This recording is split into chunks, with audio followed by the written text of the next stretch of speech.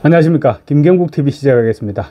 이재명의 최측근 이한주 국정기획위원장의 부동산 투기가 지금 논란이 되고 있죠. 그런데 이재명은 이미 2021년 이한주의 부동산 투기 사실을 알고 있었습니다. 뿐만 아니라 이재명은 필요 이상의 부동산을 가진 사람은 임명하지 않는다는 것이 저의 원칙이며 그런 분은 내가 당선돼도 공직을 할 수 없다고 잘라 말했습니다. 그래 놓고는 지금 이제 국정기획위원장이라는 막중한 자리에 부동산 투기꾼을 앉혀놓은 것입니다. 말 그대로 부동산 투기꾼은 공직을 할 수 없다고 했더니 진짜인 줄 알더라, 이렇게 말하고 있는 것입니다. 이재명의 말 바꾸기야 이미 정평이 나 있기는 하죠. 그렇지만 조변 썩게 하는 이런 사람의 말을 어떻게 믿고 앞으로 5년을 살아갈까 싶습니다. 그야말로 답답한 노릇입니다. 이 같은 상황들을 감안할 때 이재명이 이한주에 대해서 임명을 철회하거나 그럴 일은 없을 것 같습니다. 대선에서 이재명을 선택한 사람들은 자기가 무슨 짓을 했는지 두고 곱씹어 봐야 할 것입니다. 아마도 머지않아 손가락을 자르고 싶다는 사람들 줄줄이 나타날 것입니다. 이한주 부부는 전문 투기꾼 뺨칠 정도로 부동산 투기에 진심이었고, 심지어 어린이날 선물로 중학생과 초등학생 두 아들에게 재개발이 예상되는 서울 영등포구의 상가를 한 호씩 안겨주기도 했습니다.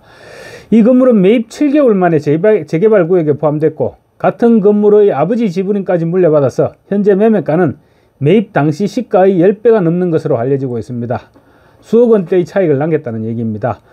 이한주 국정기획위원장은 30년에 걸쳐서 재개발 지역 아파트나 상가를 투기성으로 매입해서 수십억 원대의 차익을 봤다고 뉴스타파가 보도하고 있습니다.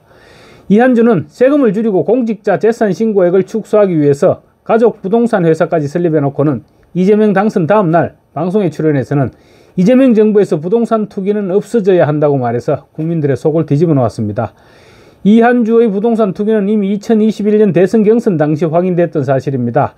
당시 이한주는 이재명 캠프 정책본부장으로 활동하고 있었고, 본인 소유 아파트, 땅, 상가 등 17건의 부동산을 보유한 사실이 알려지면서 편법 증여 등 투기 의혹이 불거졌었습니다.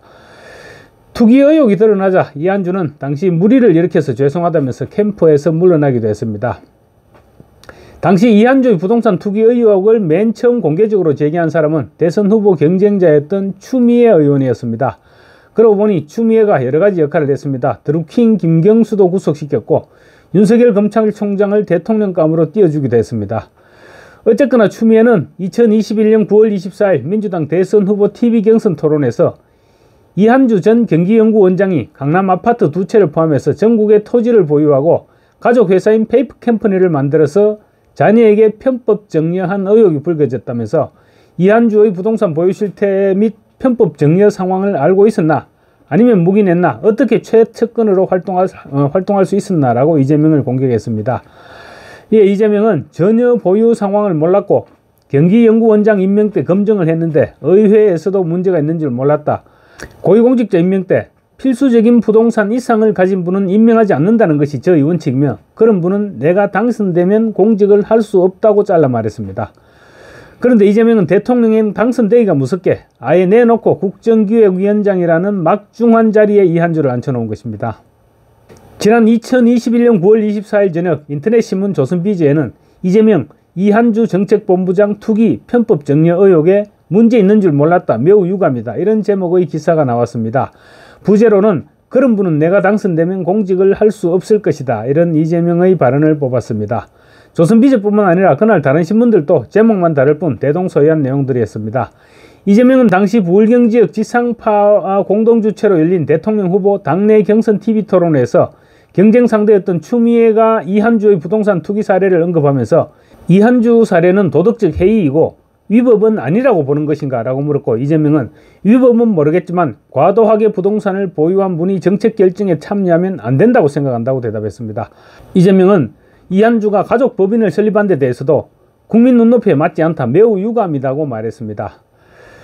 당시 기준으로 1년 전인 2020년 7월 이재명은 경기도 공무원들에게 1주택을 제외한 부동산을 연말까지 처분하라는 지시를 내렸고, 1년이 지난 2021년 6월 보유 현황을 허위 신고한 한 과장을 직위 해제하기도 했습니다. 특히 추미애는 당시 자기 사람에게는 관대하고 자기 사람이 아니면 엄격하고 단호한 것이 아닌가, 대통령에 당선되면 이분이 공직에 임명될 가능성이 있다고 지적했습니다.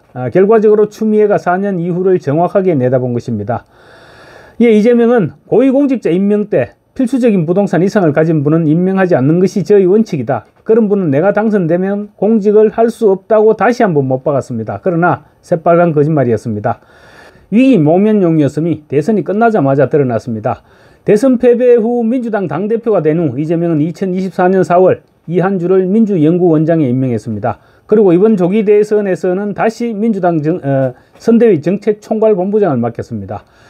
이한주의 부동산 투기 전력을 모두 알면서도 승승장구시켰고 결국은 국정기획위원장에까지 앉힌 것입니다. 16일 정식 발족되는 국정기획위는 60일간 이재명 정부의 국정과제를 정리하고 과제별 추진 로드맵인 국정운영 5개년 계획을 수립하게 됩니다. 대통령 인수위원회의 성격에 가깝습니다. 이재명이 자기 사람과 자기 사람이 아닌 사람을 어떻게 차별하는지 한눈에 드러나는 인사입니다.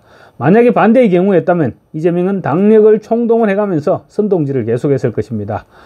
이와 관련 이재명 대통령실은 문재인 정부 때와 같은 7대 인사 배제 원칙 같은 것은 만들지 않을 방침이라고 밝혀서 논란이 일고 있는데 결국은 이재명이나 이한주 이런 사람들의 범죄 행위와 관련이 있지 않겠느냐는 그런 분석이 나오고 있습니다. 인사배제 원칙을 만들면 부동산 투기나 음주운전, 성범죄 이런 내용들은 반드시 포함될 것입니다.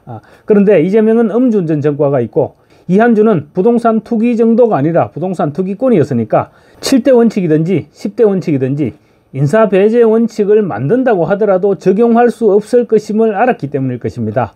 문재인 정부 초반에는 부동산 투기, 위장 전입, 논문 표절, 세금 탈루, 병역 면탈 등이 다 5대 원칙에 포함됐는데 첫 인사 때부터 지켜지지 않았고 그 후 음주운전과 성 관련 비위를 추가해서 7대 원칙으로 확대했는데 수시로 예외 적용이 나타나면서 사실상 유명무실해졌었습니다. 문재인 정부에서는 지켜지건 말건 그나마 원칙이라도 있으니까 눈치는 봤습니다. 그런데 이재명 정부에서는 아예 그 원칙조차도 없애버린 것입니다. 눈치 보지 않고 멋대로 인사를 하겠다는 것인데 이재명은 이미 첫 번째 조건은 충직이고 두 번째가 실력이라고 공표한 바 있습니다. 그렇다면 충직은 당연히 국가와 국민에 대한 충직이어야 할 텐데 이재명의 인사조건의 충직은 이재명 본인에 대한 충직인 것으로 드러나고 있습니다. 이한주는 이재명이 성남지역 변호사로 활동할 때부터 30년쯤 함께 해왔던 그야말로 최측근 인물입니다. 원조 성남 인맥인 셈입니다. 이재명의 대표 공약인 기본주택, 기본소득 등을 설계한 사람입니다. 이재명 정부 초기 인사는 정진상과 이한주, 김현지 총무비서관 그리고 김용채 인사비서관 등이 주물러 왔는데 이한주를 국정기획위원장으로 보내면서 그런 인사배제 원칙을 만들 수는 없었을 것으로 보입니다. 원칙 없는 인사는 결국 사심이 들어갈 수밖에 없고 앞으로 장차관 인사에서도 결국은 자기 편들에게는 관대하고 그렇지 않은 사람들에게는 엄격한 인사 기준이 적용될 수밖에 없을 것입니다. 그러면 또 김민석이나 오광수 같은 사고가 터질 수밖에 없을 것이고 이재명 정부의 수명은 갈수록 단축될 것입니다. 감사합니다.